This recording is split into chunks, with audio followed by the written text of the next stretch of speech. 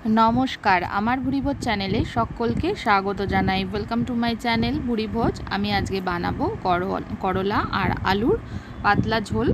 गरमकाले किन्तु एरकम रेसिपि भीषणই सुस्वादु लागे और शरीरेर पक्षे भीषणই भालो। तार जोन्नो आमी करलागुलोके एइभाবে केटे निয়েছি, आलुगुलोके लम्बा करे एकटु मोटा करे केटे निয়েছি।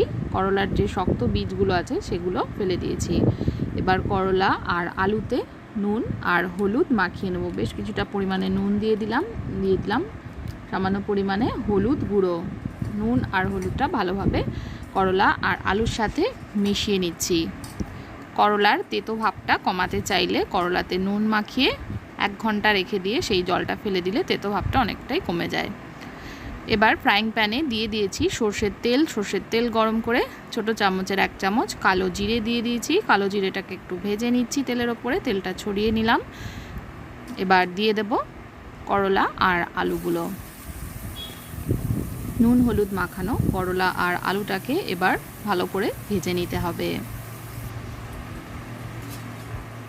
সমস্ত করলা আর আলুটাকে একসাথে দিয়ে দিলাম। একসাথেই করলা আর আলুটাকে ভালোভাবে ভেজে নিতে হবে। তলা থেকে নেড়ে চেড়ে করলা আর আলু ভেজে নিচ্ছি।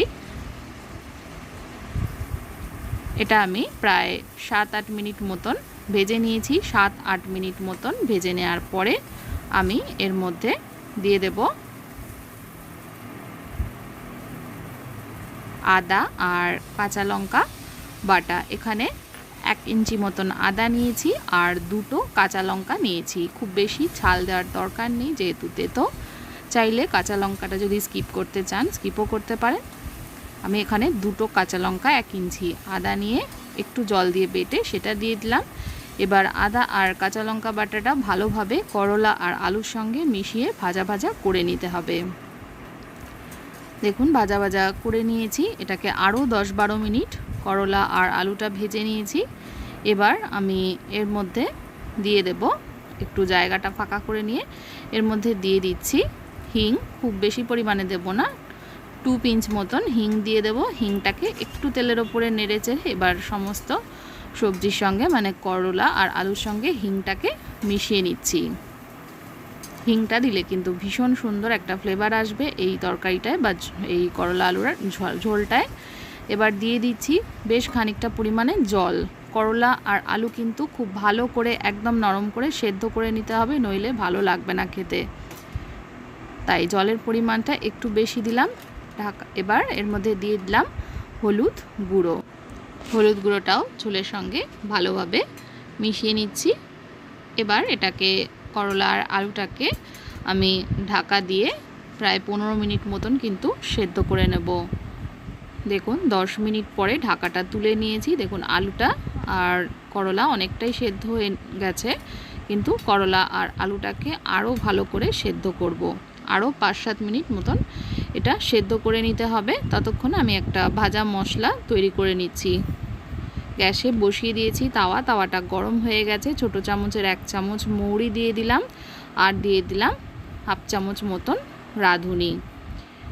মৌরি আর রাঁধুনিটাকে ভেজে নেব। গ্যাসের ফ্লেমটা অবশ্যই লোয়ে রেখে এটাকে ভাজতে হবে। আমি 15 সেকেন্ড মতন এটা ভেজে নেব। খুব বেশি ভাজার কিন্তু দরকার নেই, হালকা ভেজে নিতে হবে। আরও 7-8 মিনিট পর ফিরে এসেছি। দেখুন করলা আর আলুটা খুবই ভালোভাবে সেদ্ধ হয়ে গেছে, একদম নরম হয়ে গেছে। এবার আমি যে ভাজা মশলাটা ভেজে নিলাম তাবার উপরে সেইটা অ্যাড করে দিচ্ছি। মৌরি আর রাঁধুনির খুব সুন্দর একটা ফ্লেভার আসে। অবশ্যই এটা ট্রাই করে দেখবেন। ভালো লাগলে আমার চ্যানেলটাকে সাবস্ক্রাইব করার অনুরোধ রইল।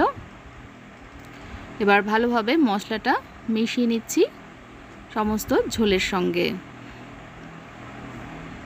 ভালোভাবে মেশানো হয়ে গেলে এবার একদম শেষে আমি এর মধ্যে অ্যাড করে দেব সামান্য পরিমাণে একটু চিনি। এবার চিনিটাকেও ভালো করে মিশিয়ে নিচ্ছি। এই রেসিপিটা কিন্তু গরম গরম ভাতের সঙ্গে বা ঠান্ডা ভাতের সঙ্গেও ভীষণই ভালো লাগে।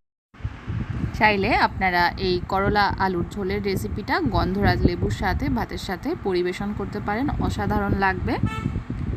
আর রেসিপিটা যদি ভালো লাগে রেসিপিতে লাইক দিতে ভুলবেন না। ভাজা মৌরি, রাঁধুনি, হিং, কালো জিরে সব কিছুর ভীষণ ভালো একটা ফ্লেভার এই ঝোলটায় আসছে। তো এটা অবশ্যই আপনারা ট্রাই করবেন। রেসিপি দেখার জন্য সকলকে ধন্যবাদ।